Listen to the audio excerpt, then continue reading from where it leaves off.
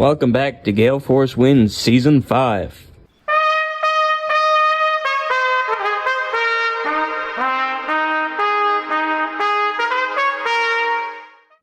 Well, I'm Allan Dale from Gale Force Wins, and what a pleasure it is to be here in beautiful downtown Toronto. I'm excited for my next guest because there's not often in life that you can pinpoint a moment when things changed for you. That happened to me not so long ago in 2019, and my next guest was a big part of that. We're going to get into that as the story unfolds, so I'll keep a little bit of suspense on that.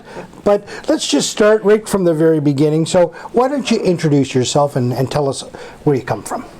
Sure. So I'm Lisa Taylor. I'm the founder and CEO of an organization called Challenge Factory, which is based in Toronto. And we do research and consulting on all different trends related to how workforces can remain productive and vibrant through all the changes that are happening in the workplace. Lisa, let's go back to the very beginning. Where did you grow up and how did you grow up? And talk to me a little bit about that. Sure. So I was born in Montreal, but my family made the migration to Ontario in the 70s, along with many others in Canada, as language requirements became different within the province. We moved to Mississauga. My father had a job with Eaton's, along with, I think, 25% of the country.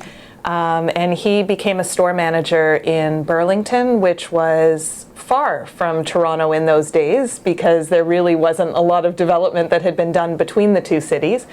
So we settled in Mississauga, which was a good midpoint where he would go to work in Burlington, but we were still close enough to the actual city of Toronto that we didn't feel like we were out really far from the major city. So I grew up in Mississauga. I have a sister. The two of us went through public school. Did all the usual normal things. Were pretty active in volunteering within our community and had parents that were very active in volunteering as well in all different ways, in a political way, within our faith community. There was always something that was going on in the house. Had a pretty normal, regular, suburban childhood. I want to talk a little bit about that volunteering aspect. You jumped right into it, right out of the gate, and talked about it. Talk to me about growing up, around the dining room table or the kitchen table. What was that conversation like around volunteering? Why was that important to your family? Yeah, I think it comes from our background and our heritage, but it always was. My parents always had different positions on committees or with clubs, or my father was very involved politically in the back rooms. Our garage was always full of campaign signs between one campaign to another as they stored them waiting for the next time. And certainly growing up around campaign offices, it was always just a part of what we did. We often had people over for dinners. It was always a part of kind of what was happening around us, and my sister and I were both also encouraged to make sure that we were contributing to our community. Wow, that's great. Mississauga, a pretty sort of urban sort of center. You went to public school there. Talk to me about that experience. What was that like going to school in Mississauga? Yeah, it was great. It was, Mississauga when we were growing up was just coming into its own. I remember the highway, and if you're from that area, you'll know Highway 403 was a big deal when it got put together and when it actually opened. And the weekend before it opened, we rode our bikes on it because it was a completely freshly paved highway that no one had ever driven on before. And now it's like, a massive parking lot with traffic and everything else that you'd imagine. But no, there was forests behind our house that are now developed. It was right when the city was really starting to grow. Right. And that meant that there was lots of opportunities and new facilities that would come up, new malls that would open, and we were just regular teenagers hanging out and doing our thing. Just hanging out, doing your thing. And Dad would go to work every day to Burlington. How about Mom? Was Mom a homemaker, or did she work outside the house? Or? Yeah, so she stayed home when we were younger, and then ended up starting a business with a friend of hers where she sold jewelry into beauty shops and hairdressers. She would go all over within whatever a reasonable day's drive is of Mississauga to go and resupply and stock our basement was filled with shoe boxes with all of her inventory, everything all separated out. She did that with a friend for a number of years, and then she did end up returning to work. She ended up being in human resources and eventually being the head of human resources for a technology company. Wow. What was it like watching Mom sort of start a business? You know, what was that as so your sister and you watching that unfold? It's interesting now that, you know, I am a mom and I have a business, and I think back on how did we think about what she was doing in her business. And I would say at the time it was really treated like a hobby. And I think that's actually quite unfortunate. Mm-hmm. Like, I think that it's quite an interesting dynamic, just whether it's because of gender roles or because of the nature of what the business is, and a commentary on how we think about small business as opposed to, you know, my dad went to work at a brand name place, where this was, you know, just a two-woman operation with their car going around the province. And for some reason, it didn't have that same feeling of going to work. And which, of course, it did. And, you know, with a small probably business, harder work than 100%, and more stressful, you know, in terms of having to keep track of everything and the implications of something going wrong being so much more significant. Small business and women in business, like all of those dimensions are now a part of my everyday work at Challenge Factory, and really reflecting back on just, you know, how did we think about my mom's business compared to how, for example, I think my kids think about my business. I think it's very different, and I think that's a little bit of the mark of the times. Right, but it had to be sort of inspiring watching your mom start a business, you know, you and your sister.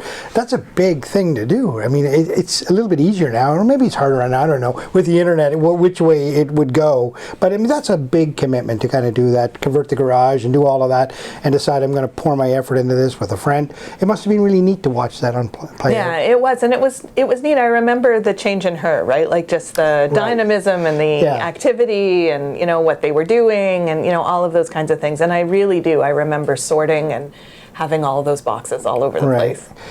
Talk to me a little bit about your academic journey. So you come out of public school system in Mississauga. Where does life take you then? So I went to Queen's University for my undergrad. I went in for political studies, convinced that I was going to go into the diplomatic corps. Okay. I got into about first or maybe second year university and realized that in the diplomatic corps you're not immediately assigned like a plum top country. Like you're not going to get France right out of the gate the way that I had kind of imagined my life. You're going to Paris? You know, I'll just arrive. And instead started really thinking about what would that actually mean for my life and my career, and how many countries would I move through, and what would happen with family. I had a pretty serious boyfriend at the time who is now my husband. We just celebrated our 25th wedding anniversary, and decided that maybe that wasn't the right path, and opened my mind to like, what was it about diplomatic work that I really enjoyed, or that I thought I was going to enjoy, and how could I cast my net a little bit farther than just this, you know, one career path at the age of 19, to see what else might be possible. So I went through Queen's, ended up being a research assistant for an amazing professor, Ned Franks, who's kind of a Canadian icon.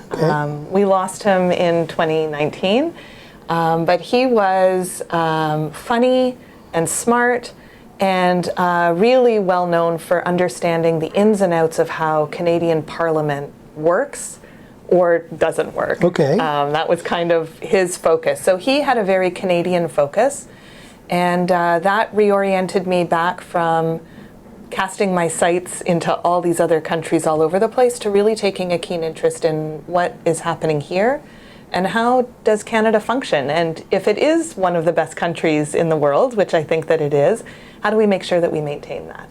And so that really kind of sparked an interest in me, that I became really interested in the intersection of everyday public policy and how it affects everyday Canadian lives. So when I finished at Queen's, I went on to do a master's in public administration. I ended up at York. At the time, that program was a joint program, an MPA, MBA. where you decided at the end of first year which degree did you want to carry as the main degree and which one was going to be the Right. minor. I decided it's more marketable to have an MBA in public management, and I did a double minor in strategy, and so that was my academic career. You mentioned one professor, one mentor in the mix that sort of jumped out at you. Those are rare, I find, to find somebody when you're going through that, because what you just described to me, you were fairly young when you were making these decisions. I mean, there's a lot swirling around in your mind, and you had Paris in your mind, and it really helps to have somebody there that can help guide you. Talk to me about the importance of that at that moment when you're young and you're trying to figure all of this out, to have somebody like that in your court. Yeah, it was really important. Important enough that to this day, him and his family have a huge influence, and we're still connected. He fostered a community among a small group of us. He called us his urchins, and we were all research assistants for him. Right. Spread out over a number of years, but he created a community between us. So we know each other. There's 6 or 7 of us. We know each other. He would invite us over for dinner. He saw us as whole people, not just as students, and he didn't talk to us only about the research that we were doing, but he really got to know each of us as we, grew up, and he met our partners or our spouses. He knew our kids. He invited them over. And even now, I'm in touch with Daphne, the Lady Daphne, his wife, his kids. We all are still connected even after all these years, more than 25 years now. Wow. And are involved in each other's life. And I think that's because of the interest that he took in each of us and really made us feel like we were part of the family. Interesting. That's amazing when you think about it, right? That little bit of effort to sort of involve yourself in somebody's life and look at them holistically, what an impact that can make, and the network that it's now created for you. 100%. And one of the things that I think he knew it, and I think, that brings me great joy, that so many times you may run into someone and they may say, oh my gosh, 20 years ago you said something to me and it had such an impact. And the person's been walking around for 20 years without even realizing the difference that they're making in the world. I think with Ned, I think he knew it, and I think he took great joy in watching our connections grow and to be able to see what he had a hand in, that he had started. And I'm grateful for that. I think that that's a real gift, that not only was he able to do that for us, but that he knew that he had done that for us. Right. I think that's important. And you learn that, and you take that same model forward. It might not look exactly like the way he did it, but you've got it in the back of your mind that it works, and it becomes part of your personality moving forward. So you finish your second degree. Where does life take you then? So then I end up in this crazy whirlwind. So I was recruited on campus to join one of the major consulting firms in their public sector consulting practice. It was perfect. Public sector consulting, my public policy interest. Everything's working out. Everything is all coming up roses. It's exactly what I wanted. Right. Recruitment happens in November. I have to finish the degree. The job starts in May. All good. 2 days before the job starts in May, they give me a call and they say, your team is going for training in Denver.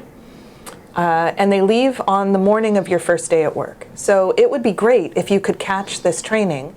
So come in, and we'll give you your laptop and your credit card, and your first day of work, just go and report to the airport and meet your team in the lounge at the airport, and you'll go to Denver for 2 weeks and you'll do this training, and that'll be great.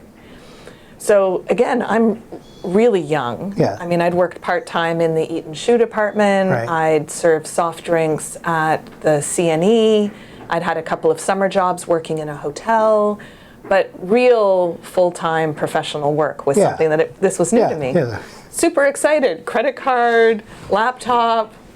Let's go, right? I'm going to go to the airport. I told Christian, my husband, that I'm off. I'll see him in 2 weeks, and off I went.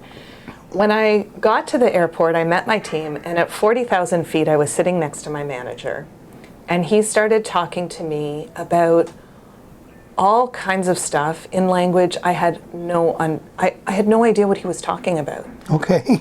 Somewhere between when I was recruited on campus in November and May, when I was sitting on an airplane headed to Denver for training, they had moved me from the public sector consulting group into a very technical implementation team. And he was talking to me all about feeds and speeds of mainframes and new technology and all kinds of configuration requirements that we needed to do when we were working on software. And this was the 90s. If you didn't intentionally study technology, you didn't know anything about technology. Like this was pre-internet days. And so 40,000 feet, I realized, holy cow, I'm in a job I have no qualifications for, no interest in, and I don't even understand what they're talking about. Right. So that was the beginning of a really quite crazy introduction into the world of work. Wow. The story is much longer, but I will spare you all the rest of those details. We ended up landing through a funny series of events, ended up at the training. I called home that first night and my husband said, come home, like tell them thank you very much, but I've just spent 6 years of post-secondary education heading in a direction and this is not it, and come home. So I didn't do that. This was one of the first kind of life lessons about me that I've learned about myself. I stuck it out. So I went through the 2 weeks of training. The first day when you had to introduce yourself and say who you were and what you do and what your exposure to the software has been so far, I only knew my name. I had no idea what I did or what I was doing there. But I stuck it out. I, over the next 2 years, ended up doing 22 technical implementations of that software.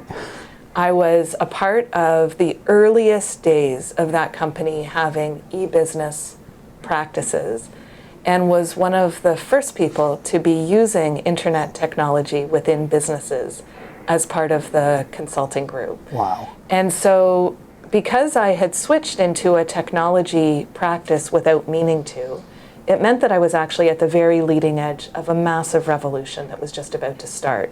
And it started me on a path to have a 12-year technology career. I stayed in IT and in technology basically until I left corporate life and started Challenge Factory. And that is, there's a number of different theories within career development. There's chaos theory, there's planned happenstance theory, there's all kinds of theories that explain how do we make the choices that we make. So this was definitely not a choice in terms of a career choice. It was a choice to stay and learn and to be curious. And it made all the difference in the world for the entire rest of my career. That's fascinating. I mean, okay, first of all, why did you stay? I don't know. I wish I knew. I mean, that's something that, Maybe it's an unfair question. I mean, it's your first job, money's coming, there's a lot of things in life, right? But that's a tough question, but I wonder if it's in part because, I love to learn. And, my company's called Challenge Factory. I'm not afraid of a challenge. Yeah. And I think that I certainly wasn't ready to quit that first night. Right. Right? When my husband was giving me that advice over the phone to come home, I had just landed, I didn't have my bearings about me yet on any front at all. Yeah. And I think that decision to kind of, let's pause and kind of figure things out a little bit before we jump too quickly might be a part of it. I'm not sure. I don't think it was out of stubbornness. I think it really was out of a curiosity and a wondering, like, if they had seen this and they think that's a good idea, maybe there's something here that I'm missing, and maybe I want to give it a little bit of a shot. When did you feel comfortable in your own skin in that world? I've told that story many times. Nobody's ever asked me that question. It took a long time, especially because the way that they, at the time, prioritized your work when you were fresh out of school and didn't know anything, was to put you in charge of training. Because it may seem counterintuitive, but teaching someone how to do something means you have to learn how to do it yourself. Yeah. and means that you have to really get into the details of what it actually means to do it. So before we would actually do technical implementations, we would teach training courses for other teams that were learning the techniques for implementations. And I remember being wildly uncomfortable with that. And I did that for a good number of months. So it took quite a lot of time before I could develop what the partner that I was reporting to would call my own war stories, right. where I could speak in first person about my own experiences and relate it to what the clients were experiencing themselves. I think that probably is the moment when I was able to say, you know what, I'm not just borrowing stories from my colleagues, and I'm not just pretending to do this work, but I can actually see that someone has an issue and relate a story from my own experience. And I think that's probably what made the difference. When you reflect back on that tumultuous time, I'm assuming it was tumultuous, it sounds a little bit tumultuous. Was there anybody in the mix there that you saw as a mentor that sort of helped you along your way? Or were you on your own there trying to figure this out? I definitely wasn't on my own. And I don't know that there's one person that necessarily stands out, although there were amazing people that were around me, both at work and personally. But I think it was the team. Okay. I think actually that was a significant part of why I stayed too, because I liked the people. Yeah. Says a lot, right? And the team, you know, I knew if I had questions that they would answer. I knew that they had questions and that they didn't have everything all figured out. And I really felt like we were a good team and we were doing some good stuff together. So I think it's really that team approach that made the biggest difference. You talk about support and the structure that you had at home. You mentioned that too. Talk to me about the importance of that, knowing that, there's a foundation behind me, Christians there, mom and dad, a strong work ethic, my sister's there, you got a big team behind you. Talk to me about the importance of that. Yeah, it's really important. And the company was smart about it because, you know, as a consultant, you travel a lot, which means that you're away from your support network a lot and they're away from you. And so as an organization, they would do things. They would find out, you know, what kind of guy is Christian? Is he like a steakhouse guy? Is he a basketball tickets guy? Like, what can we be doing to make him happy so that he can continue to support these career choices that I was making that was keeping me away from home? Right.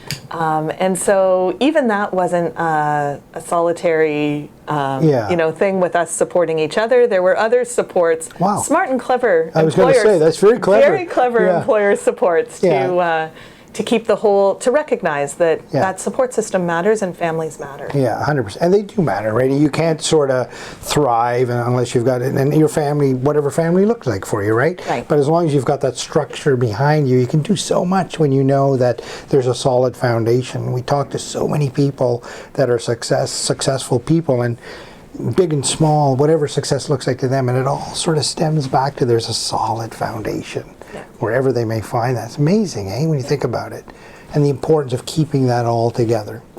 I like the way that company did business. So he did too. Was it basketball or steaks? He's more a steak guy than a basketball guy. All right, that's good to know. So you spend a time there, and then you start your own company, and you go right into your own, or? No, so I spent some time there, and my last client with that company was an investment bank in California that was moving all of their back-end operations onto the internet. And again, this was one of those early stage implementations. So I spent some time doing that, and then I came back to Toronto, and I had some downtime. I had time in between projects, which for consultants is like the kiss of death, because you never want to be on the bench. You always want to be busy. First, because you're being measured by your billable hours. And secondly, you're used to this really fast pace.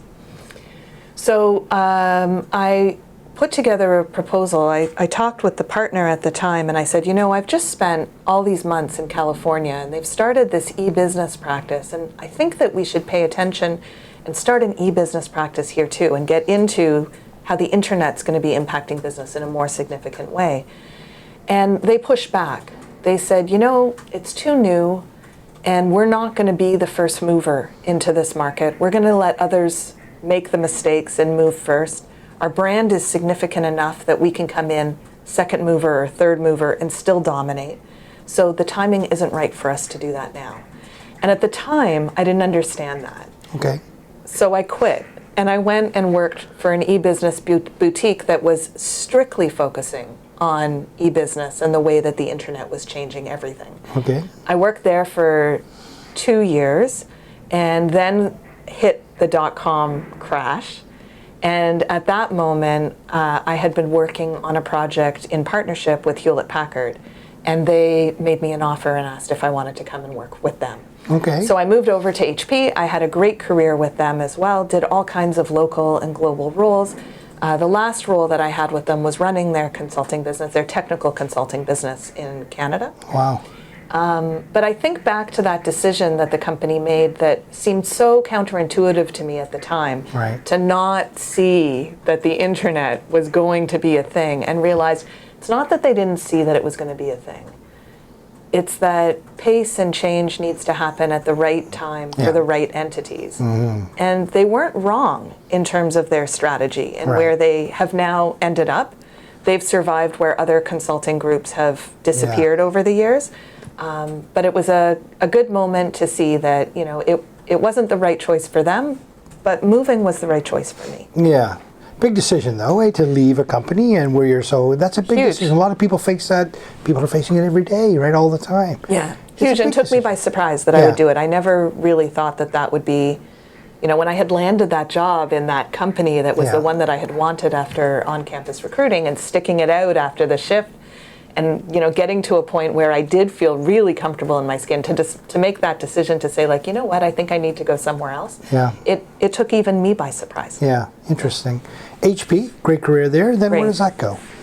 So over the years at HP, and HP was such an amazing people-focused company with an incredible culture, right from the founders of the company. And I was there early enough that you really did get a sense of what Bill and Dave, the two founders of the company, had intended when they started and the culture that they had fostered.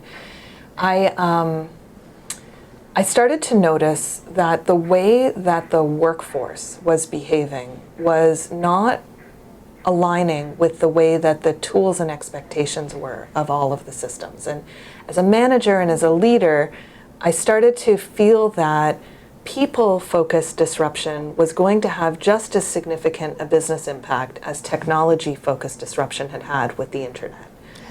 And this intrigued me a lot about why weren't people pursuing the things that they loved? Why were they holding back from making their own change in careers when, as their manager, I was offering it to them in a way that was safe? They didn't have to quit. Right, yeah. I was willing to, you know, help them grow and move.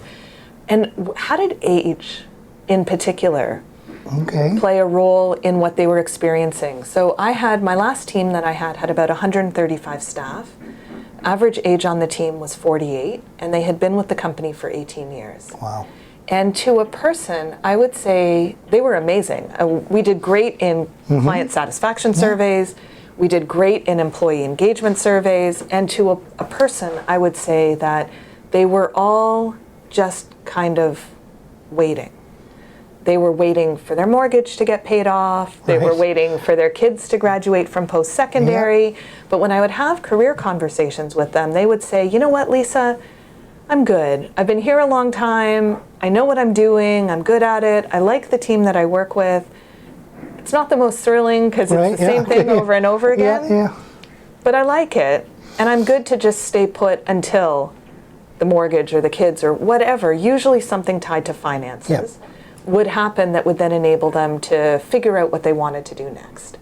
And 48's not that old. And I wondered, what's the impact on my team's well-being, on my team's productivity, on our team's innovation and creativity, if everyone's coming in every day just kind of treading water a little bit? Mailing it in. Yeah. Doing a good job. Doing a great job and working hard. 100%.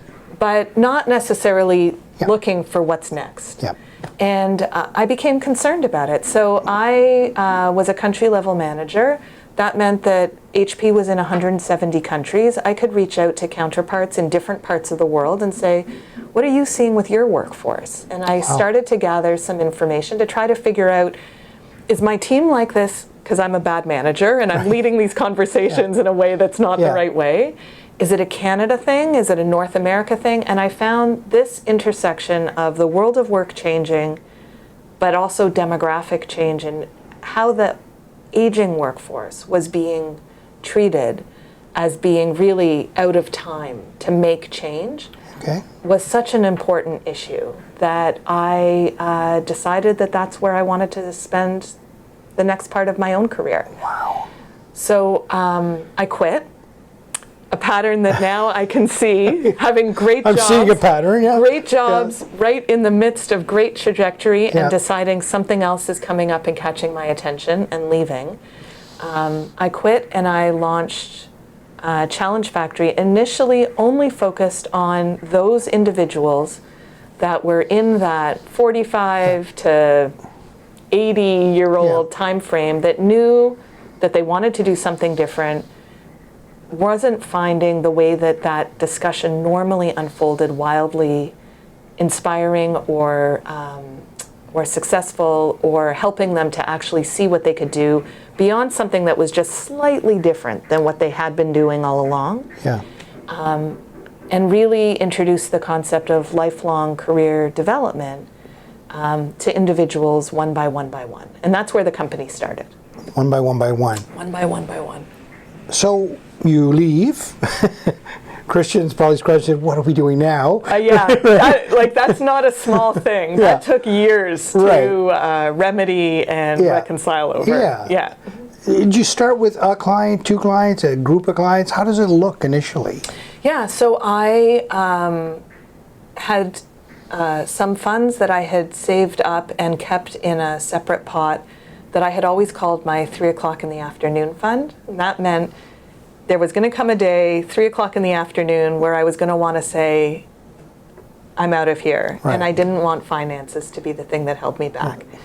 So that pot was nowhere near the amount that I actually needed to do what I was doing. But at the time, I thought that I was good, but that's all fine. So I left. I did start, my father at the time had also left his corporate career and had his own business. And he was just looking for some help with some regulatory changes that needed to be done, some governance that needed to be done, some growth, as well as some succession planning. So he ended up hiring me to help him with my strategy background to help his business. Okay. While I also got Challenge Factory underway, so that gave a little bit of bridge stability. And actually is a huge part of the story that made all of this possible, and gave a lot of encouragement along the way in the times when entrepreneurship is hard. And then over a 18-month period of time, transitioned into being full-time at Challenge Factory with a very small number of individual clients initially. Okay. Always set up, though, so that other people were learning how to deliver these services, so that I wasn't necessarily the only person. Right. Because I wasn't looking to be an independent coach. I was looking to build an organization that could help Canada advance in its productivity and how we deal with older workers and other workforce dynamics that were really going to make a difference in the workplace. So I set it up as a consulting company from the very beginning, even when it was only me. Right. Yeah. So, do you remember the first tranche of clients? Do you remember those, not by name, but the stories and the impact that you might have made on them? I do remember those first set of clients. I remember learning just as much from them as I think that they learned from me. I remember being both surprised and delighted that in most cases, those first set of clients, when they came through our services, didn't end up leaving the job that they were in. Mm-hmm. That actually going through the process of self-exploration and learning more about what's available in the market and understanding who they are now, as opposed to when they were 18 and made their first post-secondary education choices or career and vocational choices, actually let them see that there was a path where they were currently working that they could be happy in. Right.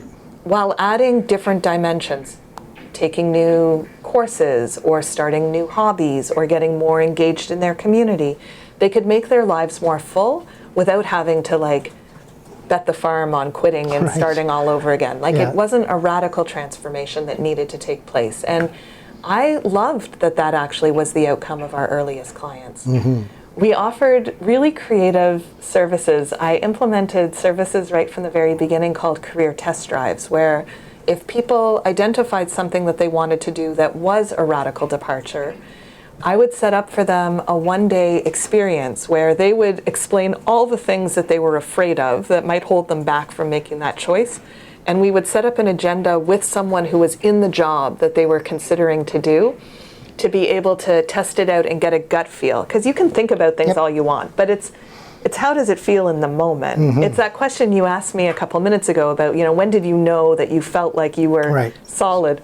It's that gut check that matters the most. So we would set up these one-day test drives, and people would go and test out, is this actually what I want to do next? And one of the things that was so funny in that was we had a library. I set up a library of about 100 different jobs, found experts, trained them on how to be amazing one-day mentors for people, put a whole process together on how to do it. And almost all of the time, everyone would come down to wanting to test one of two jobs. Men wanted to test becoming a woodworker. I don't know why. I've never understood why, but woodworking was wildly popular. And across both genders, people wanted to test owning an Airbnb, owning a bed and breakfast. It was pre-Airbnb, but they wanted to own what it would be like to own a bed and breakfast. Woodworking almost always got incorporated into people's future lives, either as a hobby, or some started a nonprofit that helps women learn woodworking skills as they come out of the shelter system and abusive situations. Really fascinating nonprofits that got started, and seeds of things that now have ripple effects through the community. I love that. No one ever did a test drive of owning a bed and breakfast. That's a whole lifestyle. And decided to do it. They all thought that day was the most valuable day that saved them a ton of time and a ton of money, because they realized I can scratch the itch for whatever I thought I was going to get out of that kind of hospitality arrangement some other way. That's fascinating, because that is a lifestyle to own a bed and breakfast.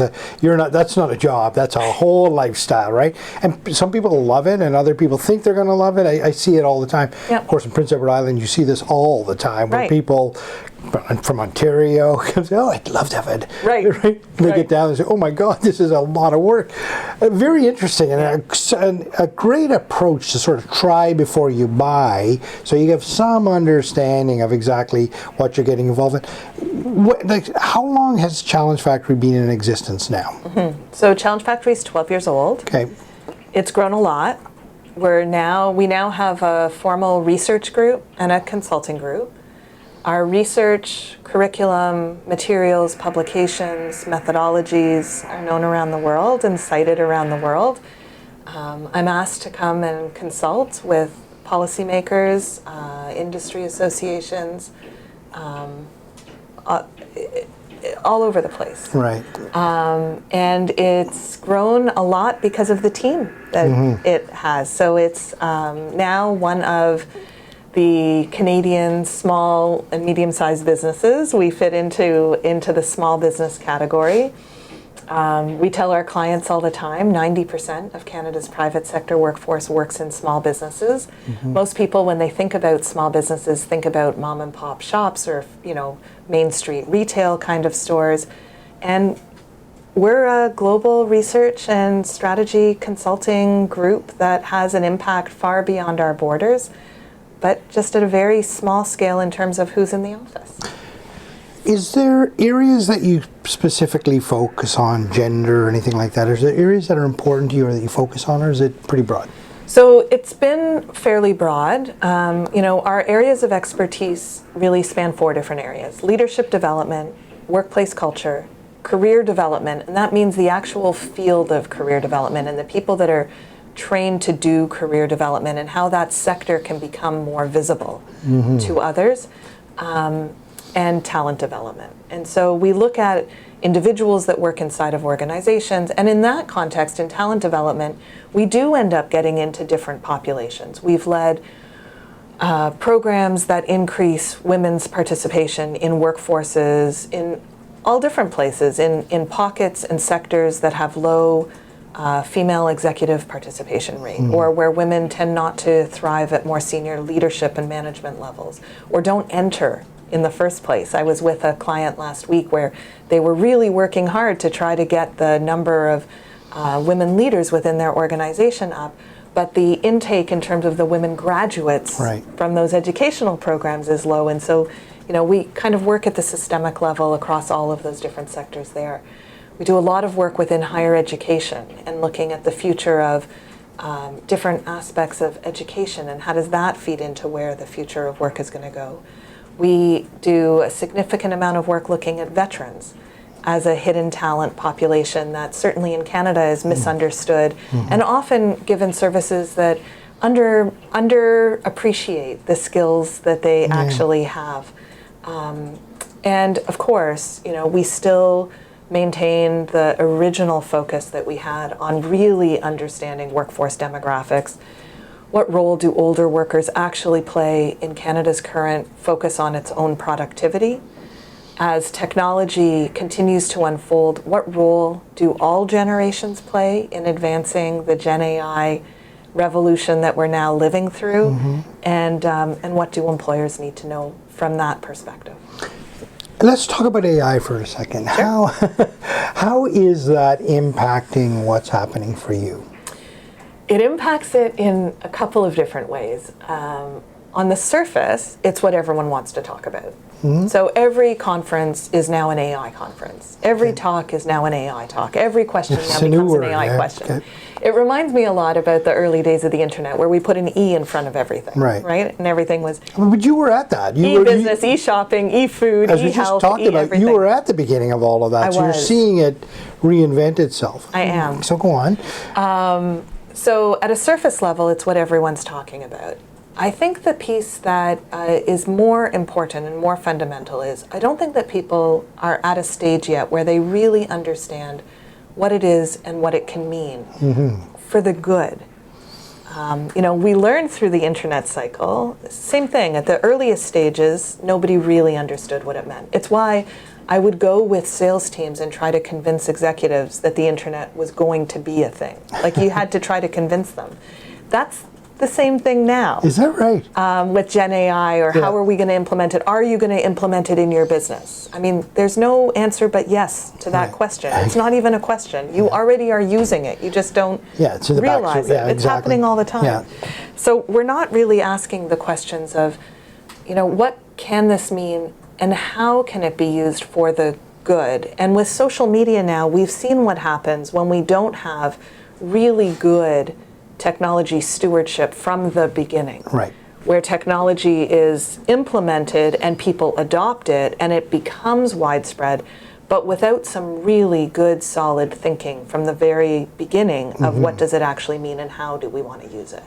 It's why I've been focusing my own learning in tech stewardship over the last number of months, and why at Challenge Factory, when we get engaged in the topic related to AI, we talk about it in terms of what it can do in terms of workplaces and talent development and education and learning. But the more fundamental questions are really in how can it be used to make work better? Vivian Ming is one of my flavors of the month at the moment, leaders and experts that I am passionate about. Her work is amazing. And, she says, and I think this is so true, that if you're using AI to make your life easier, then you're making a mistake and you're robbing yourself of your own future. Instead, you should be using AI to challenge yourself to do things that are harder. Let it use the power of what it can think through with you to challenge you to be better, not to make your life easier. Right. Hard to do in practice because it's so easy to say, like, can you just write this email for me? But actually, in terms of us getting used to understanding what is this tool about, I mean, you can use fire as a tool for all kinds of things. You can burn down cities with it. Right. And you can cause heat that allows you to cook food. Yeah. At the moment, I think with AI, we're kind of taking a burn down the cities approach. Okay. And we need to learn how to cook our food. It's a heck of a learning curve right now, and it's changing so rapidly. I don't know that the internet, if I reflect back, moved this fast. Right. It was almost a slower entry into it, and you're right. There was people saying, "Is this going to be a thing? Is this a fad?" I remember that sort of dialogue burning in the background, but it seemed to be a slower burn. Yeah, What we and it see wasn't in our now is- pocket. I mean, Yeah. you know, if you wanted access to the internet in the early days, you had to make an effort to Yeah. get there, and it wasn't connected to everything. Right. Although it probably was, we just didn't. We know just it at didn't the know time it, too. yeah. But I mean, you're right. The Yeah. revolutions are not the same. No. You know, understanding that revolutions follow patterns. That's a part of my book. Yeah. And in understanding the talent revolution, and it's part of what I talk about too. That where things can feel like they're wildly out of control and chaotic, they're actually not. Revolutions follow patterns. Right. And they also move slowly. So while it may seem like the technology is changing really quickly over time, us actually moving through the phases of where we're going to go, it takes a long time for those things to actually unfold. There's time enough for us to be able to pause and reflect on our own role and on what we're doing. We don't have to feel like we've got to do something right now because someone else is about to eat our lunch. And maybe that's a full circle moment to come back and reflect back on what the company I was working for said when I said we got to move fast and launch this Right. practice for e-business. When they said, you know what, we don't have to be first mover. Right. I think there's some truth to that. I think there's a way to stay market competitive and market aware and learn a ton and keep your skills at the leading edge Right. without jumping in with both feet before you really understand what it means for you. Yeah, 100%. The first one through the door is always going to get bloody. There's no doubt about it, right? Yes. Yeah. So if you wait a bit, you know, it's I see where the company's coming. Very smart for the company, but for you when you're eager I wanted to go, to be that you person. You wanted to through be the door. first. I through was the door. ready. You know, fascinating discussion there around AI. You mentioned book. Talk to me about that. Yeah, so in 2019, I launched a book about the future of work. It's actually one of the reasons why you and I met. Okay. Because I was at a conference to be talking about some of the concepts that were from the book. So The Talent Revolution, Longevity and the Future of Work was published by University of Toronto Press with my co-author, Fern Lebo, and it focused on how the world of work was going to change because of workforce changes. It leaned heavily into demographic change and the role of older workers in the context of intergenerational workforces. But it also identified, for the first time, some thinking I had been doing for a number of years around 5 drivers that are shaping the future of work. So it's a little wild to have launched a book on the future of work in 2019. Yep. And then 2020 happens. Yep. And then AI happens and all of the other things that have happened and taken place, you know, supply chain shortages and, you know, inflation and the economic conditions and the pandemic, which you have to say in every sentence all the time. All of these things like have unfolded since the book Right. has come out. And the part that's so fascinating and frankly gratifying as an author is that it stood the test of time. Right. Enough that actually the publisher is going to be bringing it out in paperback Okay. later this year. Right. And that's because the 5 drivers shaping the future of work held as amazing filters and ways of understanding through the pandemic what actually is changing and what's staying the same with workforces. And how can we understand the chaotic world around us without falling into the chaos? Like, what are some of the tools for how we can expect workforces to behave or how we can think about things? So whether it's the guidance to CEOs or to CHROs or to frontline managers that are within the book itself, those tools stood the test of time through that period that was really, nobody had been through something like that before. Right. And the chapters now that are getting the most attention are the chapters that set out the myths that are about older workers and how they would apply not just to older workers, but how we have myths about the workforce that actually lead us to create poor workforce and talent strategy and ways that we can avoid that just by thinking a little bit differently, sometimes using generative AI to challenge our assumptions. You know, here's my perspective on this particular segment of the workforce. Tell me all the reasons why this isn't right. How we can use generative AI and other tools to really challenge the thinking that we have so that we can make better strategy. Who's the book meant for? Yeah, so it's meant for leaders within organizations. And at the time, it was the first book published in North America that took a focus on labor demand side of the equation. The labor market is a market like any other market. There is supply and demand. And if we are only focusing on supports for individuals that want to be working, labor supply, but we're not also bringing along the people that hire those people, labor demand, then we're going to end up with a labor mismatch. And that's what we were seeing with older workers. An abundance of retirement coaches and self-help books and websites and tips and guidance for older workers that wanted to remain vibrant and active in the workplace because they should. But nobody revamping or giving organizations a way to update decades-old talent management structures, performance management structures. There's no high potential program for a 68-year-old who's killing it in the workplace every day. So all of the structures and systems that are inside of our organizations, from recruitment through to promotion, through to nurturing careers, through to even having a career conversation with a 62-year-old or a 58-year-old, nobody was really providing that kind of guidance. So if we get people in their 50s and 60s all excited about going and doing something next in their careers without the receiving managers being ready for that, all we're doing is we're setting people up and getting them all dressed up with nowhere to go. And it's actually counterproductive. It actually creates negative environments. It reinforces stereotypes as people disconnect or become disengaged. Or become frustrated, and then it affects mental wellness. Right. It also affects, I'm an associate at the National Institute on Aging, and they talk a lot about the impact of social isolation among the elderly. Well, you become socially isolated in your 80s and 90s when you become excluded from social structures like workplaces in your 50s, 60s, and 70s. So all of this matters beyond just the individual landing a great job. It has enormous social, political, and national impact. Before we get into what's over the horizon for you and what you're excited about, I want to, and you probably get this often, you probably get feedback from people that have come through your process, that have touched the Challenge Factory, that have met you personally.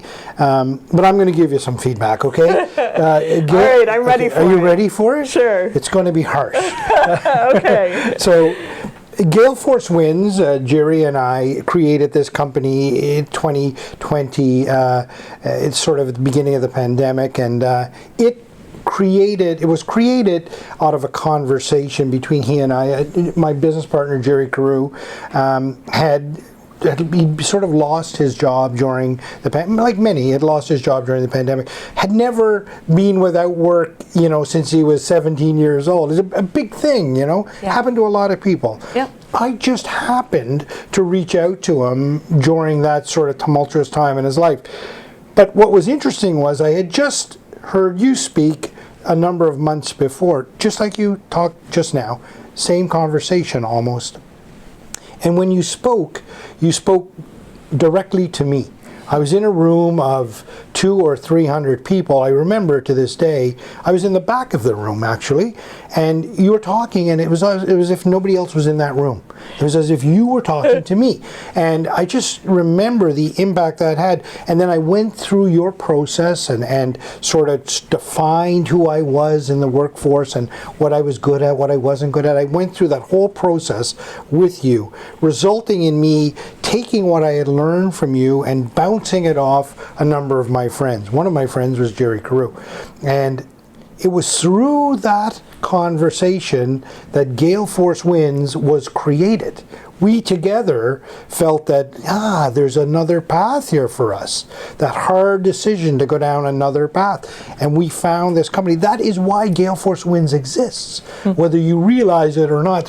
And we've had a couple of thousand conversations now with people, and people often ask us, where does this idea come from? Well, here's the secret. It comes, here's the person behind the whole conversation. And so it was very, very impactful for us, and it just allowed us to sort of look in different directions. And we were both at the time 55, I guess, right? And at 55, most of our friends were sort of in a glide path shutting down. Right. We weren't in that mindset. We were sort of getting into third gear at this point and Right. very excited. But it was that conversation that really sparked us to go in a different direction and created what I think is something quite beautiful here. So thank you for that. I would encourage anybody to grab that book, have a read of it, and understand what you're talking about. It's very powerful stuff. So that's your feedback. This is our anniversary week, by the way. 4 years this week. So yeah, so we're 4 years now, and so thank you for being a part of Gale Force Wins, whether you knew it or not. In the background, there's your feedback. Now, what's over the horizon? What are you excited about? What's next for you? I'm excited to see a couple of things happening in the world around us. First, I'm seeing much more focus and attention on careers, as opposed to just understanding that people can take training or skills or education. And careers matter.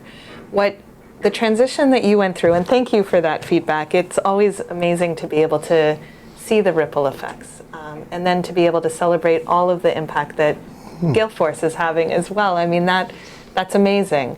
But that's a career choice. That wasn't a skill choice. It wasn't an education choice. That's a career choice. And I do see that from governments to companies to individuals, that understanding that we are who we are through a long period of time.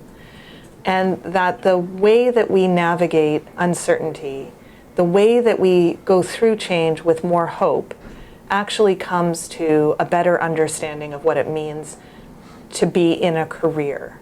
I see that that's improving in Canada and starting to catch up to where other countries really have this in a really good way. And I think that that's really helpful. The second thing that I see is I see more communities coming together to ask questions. I see differences between communities too, and I worry about that, but I do see that there's an appetite for people to spend time together. And I think that that's important as we look at the future. And the thing that I'm most excited about is through the pandemic, I do think that awareness has been raised on just the power and impact of small business. And I think especially in Canada, an understanding that we are a small business economy.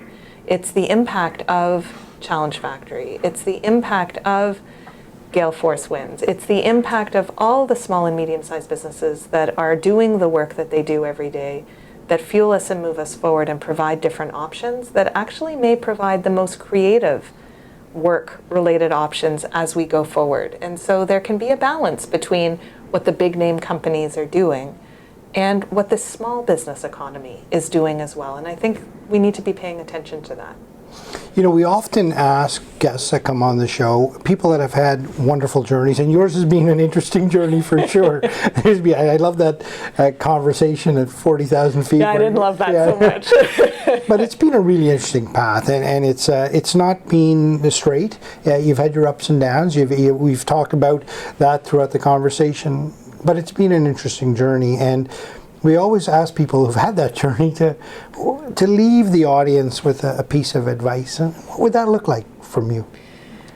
I always struggle when I'm, asked for a piece of advice. Everybody's circumstances and situations are so different. And I think having grace is an important part of that, to recognize that what's being said may not actually be what's meant, or the way that you hear and interpret something may not actually be the final thought you're going to have on it.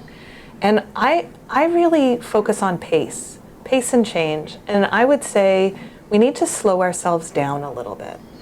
So when you are talking with people, give a little pace in the conversation to be able to let the person think through what they actually mean.